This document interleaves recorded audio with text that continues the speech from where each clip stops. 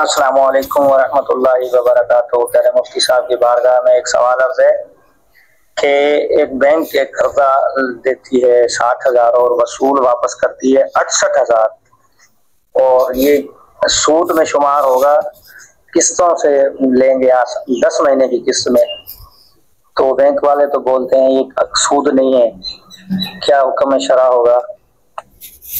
जी वालेकुम सलाम रहमतुल्लाहि व बरकातुहू। आपका सवाल है कि एक बैंक जो है वो 60,000 रुपया कर्जा देता है लेकिन वो 68,000 रुपया वसूल करता है, तो बैंक वाले कहते हैं ये सूद नहीं है, तो शरई हुक्म क्या है?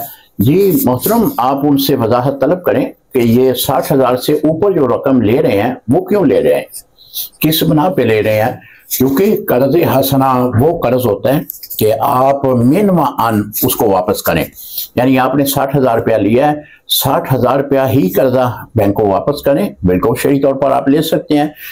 अगर आप 1 रुपया भी जायद देंगे तो वो सूद होगा, और सूद पे कर्जा लेना ये जायज नहीं है। अस्सलाम वालेकुम रहमतुल्लाहि व बरकातुहू।